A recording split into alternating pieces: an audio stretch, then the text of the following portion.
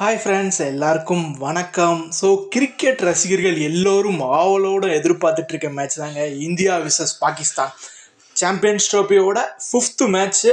So அந்த மேட்சோட preview and fantasy 11 prediction தான் அந்த வீடியோவில் பார்க்க போகிறோம். ஸோ இந்த மேட்ச் பார்த்தீங்கன்னா ஞாயிற்றுக்கிழமை 23 பிப்ரவரி 2025. ஸோ மணி பார்த்தீங்கன்னா 2:30 மணிக்கு ஆரம்பிக்குது. இந்த மேட்ச் எங்கே வச்சு நடக்குதுன்னு அப்படின்னு பார்த்தீங்கன்னா துபாய் இன்டர்நேஷ்னல் கிரிக்கெட் ஸ்டேடியம் துபாயில் தாங்க அந்த மேட்ச் நடக்க போகுது.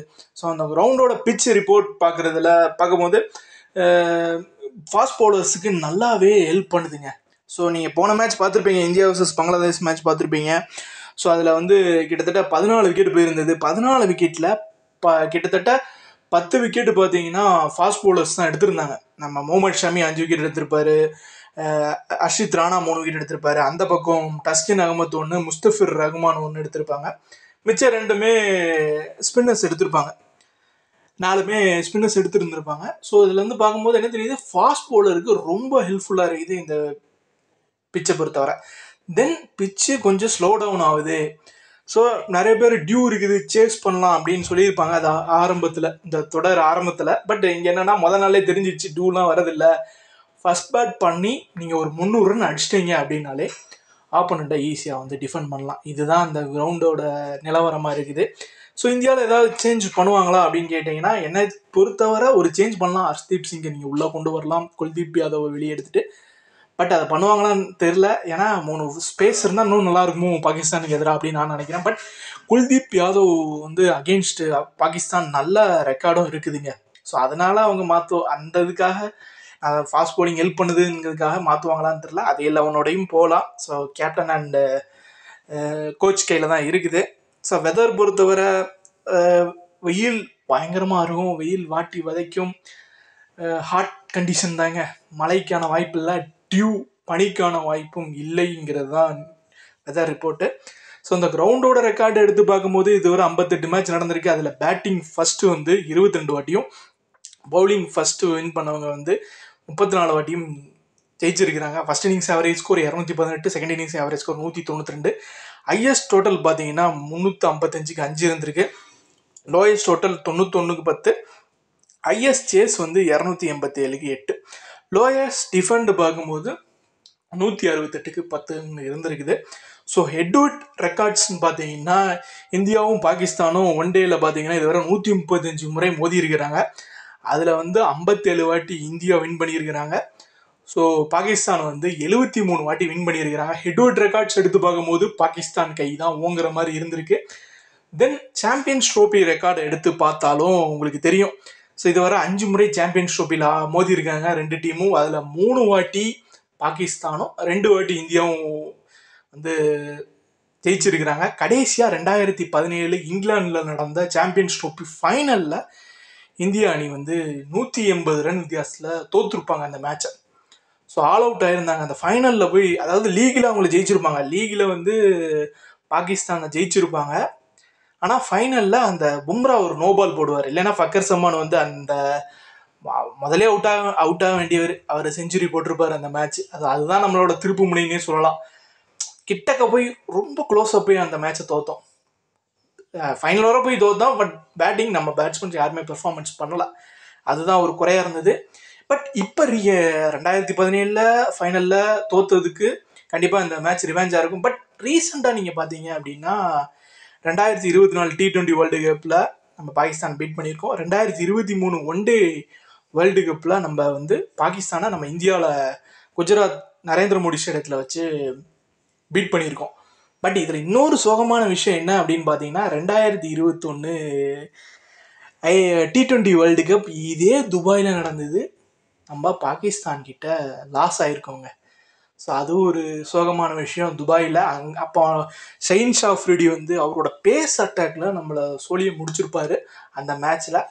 ஸோ இதுதான் ஒரு 2-3 நெகட்டிவிட்டி இருக்குது, 2-3 மைனஸும் இருக்குது நமக்கு. ஸோ அதெல்லாம் வேற, இதை தாண்டி இந்த மேட்ச் வேறங்கிறத நான் விரும்புகிறேன். ஸோ 2 டீமோட ப்ராபபிள் பிளேயிங் 11 பொறுத்தவரை இந்தியா பொறுத்தவரை ரோஹித் சர்மா, சுப்மன் கில், விராட் கோலி, ஸ்ரேயஸ் ஐயர், அக்சர் பட்டேல், லோகேஷ் ராகுல், ஹர்திக் பாண்டியா, ரவீந்திர ஜடேஜா, ஹர்ஷித் ராணா, முகமது ஷமி, குல்தீப் யாதவ். சேஞ்ச் அப்படின்னு பார்த்தீங்கன்னா ஹர்ஷ்தீப் சிங் உள்ளே வரலாம். என்ன பொறுத்தவரை சொல்கிறேன், நான் சொன்னதுக்காக சொன்னேன். பட் இதே 11 கூட அவங்க ஆடலாம். ராணாவுக்கு பதிலாக ஹர்தீப் சிங் உள்ளே வருவாரா அப்படிங்கிறது தெரில. ஸோ நம்ம ஆன் டைமில் பார்த்துக்கலாம். பாகிஸ்தான் பொறுத்தவரை ஃபக்கர் சமான் வந்து ரூல்ட் அவுட் ஆகியிருந்தார் போன மேட்ச் நியூசிலாண்டுக்கு எதிரான மேட்ச்சில் இன்ஜுரி ஆகி. ஸோ அவர் வந்து வெளியே போயிட்டு இமாம் உல்லாக்குள்ளே வராரு. பாபர் அசாம், சாத் சகீல், முகமது ரிஸ்வான், ஆகப் சல்மான், டயீர், குடில் ஷா, ஷெயின் ஷா அஃப்ரிடி, ஹரிஷ் ஷாஃப், நஷீம் ஷா, அபர் அகமத். ஸோ இதுதான் பாகிஸ்தானோட ப்ராபபிள் பிளேயிங் 11 இருக்க போகுது. So must pick in small league பார்த்தீங்கன்னா சுப்மன் கில்லு 177 பாயிண்ட் வச்சிருக்கிறாரு. ஷமி 164 பாயிண்ட் வச்சிருக்கிறாரு. குடில் ஷா போன மேட்ச் சூப்பரான பேட்டிங் பண்ணார். 7 ஓவர்லாம் பவுலிங் போட்டார். ஸோ அவரெல்லாம் கண்டிப்பாக நீங்கள் எடுத்துகிட்டு போகலாம். ஆனால் பெர்சன்டேஜஸ் அவர் கம்மியாக தான் எடுத்திருக்காங்க. பாபர் அசாம் 106 ரொம்ப ஸ்லோவாக ஆடினார். கிராண்ட் லீக்ல ரிஸ்கி என்னடா ரவீந்திர ஜடேஜா, ஹர்திக் பாண்டியா ரிஸ்கி அப்படின்னு கேட்டிங்கன்னா போன மேட்ச்சில் 15 பாயிண்ட் தான். 2 பேருமே போன மேட்ச் சரியாக பண்ணலை பவுலிங்கில். அவருக்கும் பெருசாக சான்ஸ் வரல நினைக்கிறேன் ஹர்திக் பாண்டியாவுக்கு. பட் விக்கெட்லெஸ் போனார் ஜடேஜா. ஆச்சரியமாக இருந்தது எனக்குலாம். மேட்சுக்கு மேட்ச் விக்கெட் எடுக்கிறவர் என்னடா விக்கெட்லெஸ்ஸாக போனார் அப்படின்னு ஒரு ஆச்சரியம். அதனால இந்த இடத்துல ரிஸ்கியாக இருக்குது. ஏன்னா உங்களுக்கு எல்லாருமே நீங்கள் பிக் பண்ணுங்கும்போது யாராவது ஒருத்தர் நீங்கள் அவாய்ட் பண்ணி தான் ஆகணும். அதுதான் நீங்கள் கிராண்ட் லீக்கில் ட்ரை பண்ணலாங்கிறதா சொல்கிறேன். இந்தியா பொறுத்தவரை டெத் ஓவர் பவுலர்ஸ் பொறுத்தபோது முகமது ஷமி போடுவார், ராணா போடுவார், ஹர்தீப் சிங் இருந்தால் அவரும் போடுவார்.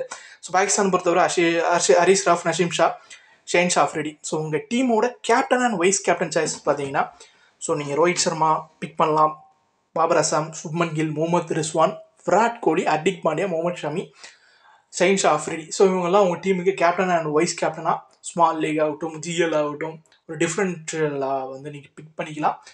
ஸோ இதோட மேட்ச் ப்ரிவியூ முடியுது. ஃபேண்டசி ப்ரிடிக்ஷனுக்குள்ளே போவோம். விக்கெட் கீப்பர்ஸ் பொறுத்தவரை நீங்கள் 2 விக்கெட் கீப்பருமே எடுத்துக்கலாங்க. ரிஸ்வானும் சரி, கேஎல் ராகுலும் சரி. கேஎல் ராகுல்லாம் நீங்கள் போன மேட்ச் நீங்கள் பார்த்தீங்கன்னா அவர் கிட்டத்தட்ட கீப்பிங்லேயே 32 பாயிண்ட்ஸ் வாங்கி கொடுத்துருப்பாரு. ஸோ ஆனால் கீப்பிங் டபுள் ஆப்ஷனுங்க அவங்களுக்கு. கண்டிப்பாக கேஎல் ராகுலுக்கு பேட்டிங் வரும். அவர் ஃபஸ்ட் பேட்டிங் இந்தியா பண்ணாலும் கேஎல் ராகுலுக்கு பேட்டிங் வரும். சேசிங் பண்ணாலும் கேஎல் ராகுலுக்கு பேட்டிங் வரும். கேஎல் ராகுல்லாம் அவங்க ப்ரொமோட் பண்ணலாங்க. அவர் கொண்டு போய் ரொம்ப கீழே இறக்குறாங்க. அதுதான் ஏன்னா இந்த கண்டிஷனுக்கு அவர் வந்து அடாப்ட் பண்ணி ஆடக்கூடியவர். ஏன்னா இந்த துபாய் பீச்சை பொறுத்தவரை நின்று நிதானமாக ஆடும், அவசரமே படக்கூடாது. நின்று பொறுமையாக ஆடுறவங்களுக்கு டே. இதே தான் பாபர் அசாம் பண்ணியிருப்பார். ஆனால் ட்ரோல் வரும், என்னடா இப்படி ஆடி. பாபர் அசாம் வந்து அங்கே கராச்சியில் பண்ணார். பட் இங்கே துபாயிலையும் அதே கதை தான். ஆனால் கராச்சியில் வந்து நீங்கள் அடிச்சு ஆடணும், அக்ரெசிவாக ஆடணும். ஏன்னா அங்கே நல்லா பேட்டிங் விக்கெட்டாக இருந்தது. இங்கே அப்படி இல்லை, கொஞ்சம் ஸ்லோ டவுன் ஆகிற மாதிரி இருக்குது. ஸோ இங்கே நின்று நிதானமாக தேவைப்படுற மாதிரி தான் அடிக்கணும். அந்த மாதிரி தான் இங்கே தேவை. கேஎல் ராகுல் இந்த கண்டிஷனுக்கு அடாப்டாக பண்ணுவார். மஸ்ட்டு பிக்கு, டபுள் ஆப்ஷன் வேறு. ஸோ உங்களுக்கு கீப்பிங்லேயும் பாயிண்ட்ஸ் வரும், பேட்டிங்லேயும் பாயிண்ட்ஸ் வரும். ரிஸ்வானும் அதே மாதிரி தான் மஸ்ட் பிக்கு, கீப்பிங், டபுள் ஆப்ஷன்னால 2 பேருமே என்னோடய டீமில் நான் எடுத்திருக்கேன். ஸோ ஒரு ஓப்பனர் தான் எடுக்கணுங்க. ஸோ இந்த டீமில் ஒரு ஓப்பனர், அந்த டீமில் ஒரு ஓப்பனர். ஸோ ரோஹித் சர்மாவை கில்லான்னு கேட்டால் நான் கில்லோட நான் போகிறேன். ஸோ நீங்கள் ஜிஎல்ல ட்ரை பண்ணுறவங்க ரோஹித் சர்மாவை எடுத்துகிட்டு போகிறது நல்லது. பாபர் அசாம் எடுத்துக்கிறேன். விராட் கோலி மஸ்ட்டு.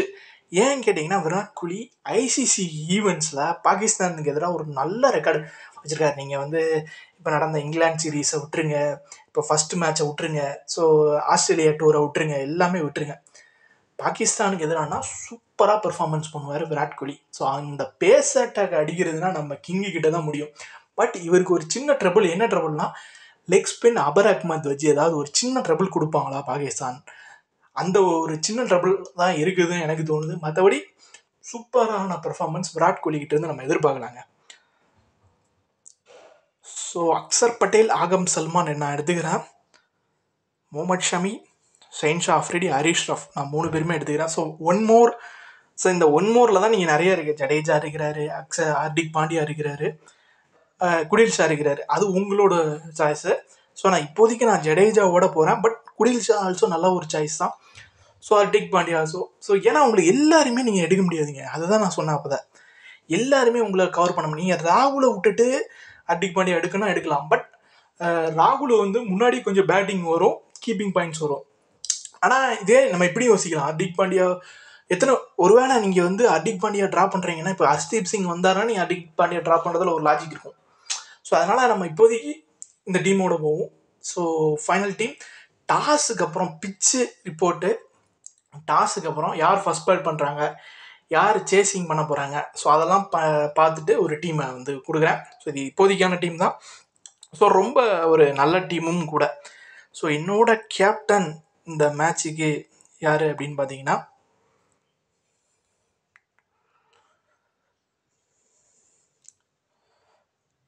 கில்லு போடலாங்க, கேப்டன் கில்லு போடலாம். ஸோ விராட் கோலி கூட பாருங்கள் 18% வந்து விராட் கோலி கேப்டனாக போட்டிருக்காங்க. ஸோ எல்லாமே ரெக்கார்ட்ஸ் தாங்க. அவர் அகெயின்ஸ்ட் பாகிஸ்தானோட ரெக்கார்ட்ஸ் எடுத்து பார்த்தீங்கன்னா தெரியும். ஸோ அவர் எப்படிப்பட்ட சம்பவங்கள்லாம் பண்ணியிருக்கிறாருன்னு. ஸோ முகமது ஷமி நான் எடுத்துக்கிறேன். முகமது ஷமி அண்டு விராட் கோலியை நான் அப்போதைக்கு என்னோடய டீமுக்கு கேப்டன் அண்ட் வைஸ் கேப்டனாக நான் பிக் பண்ணியிருக்கேன். இது இப்போதைக்கான டீம் தாங்க. நான் சொன்ன மாதிரி அதான் சொல்கிறேன்ல, இங்கே குடில் ஷாவும் உங்களுக்கு உங்கள் டீமில் இருந்தால் நல்லாயிருக்கும்னு தோணும். ஹார்திக் பாண்டியா இருந்தால் நல்லா இருக்கும்னு தோணும். ஒருவேளை குல்தீப் யாதவ் இருந்தார் அப்படின்னா நம்ம அக்ஸரை ட்ராப் பண்ணிட்டு குல்தீப் யாதவோட. ஆனால் அதுவும் ஒரு இதுதான். ஏன்னா போன மேட்ச் அவர் 2 விக்கெட் எடுத்தார். பேட்டிங் வேறு இருக்குது. இந்த 11ல் கொஞ்சம் இதாக இருக்கும். ஸோ அதான் ப்ராபபிள் எதுவும் சேஞ்சஸ் பண்ணுறாங்களாங்கிறத பார்த்துட்டு நான் வந்து சொல்கிறேன். ஸோ இது இப்போதைக்கான டீமே. கீழே டெலிகிராம் சேனல் இருக்குது, மறக்காமல் டெலிகிராம் சேனலில் ஜாயின் பண்ணிக்கோங்க. ஜாயின் பண்ணிட்டு நம்ம சேனலை சப்ஸ்கிரைப் பண்ண மறக்காதீங்க. சப்ஸ்கிரைப் பண்ணிட்டு பக்கத்தில் இருக்க பெல் ஐக்கான் கிளிக் பண்ணிக்கோங்க. ஆஃப்டர் த டாஸ் பிச் ரிப்போர்ட்டுக்கு அப்புறம் ஸோ ஒரு 2:15 ஒரு 2:25 ஒரு 10 நிமிஷத்தில் டீம் வந்து டெலிகிராம் சேனலில் வந்து நான் போடுறேன். ஸோ அந்த ஃபைனல் டீம் நான் போடுறேன். ஸோ மறக்காமல் சேனலை சப்ஸ்கிரைப் பண்ணுங்கள். சப்ஸ்கிரைப் பண்ணிட்டு பக்கத்தில் இருக்க பெல் ஐக்கான் கிளிக் பண்ணிக்கோங்க. தொடர்ந்து நம்ம சேனலை சப்போர்ட் பண்ணுங்கள்.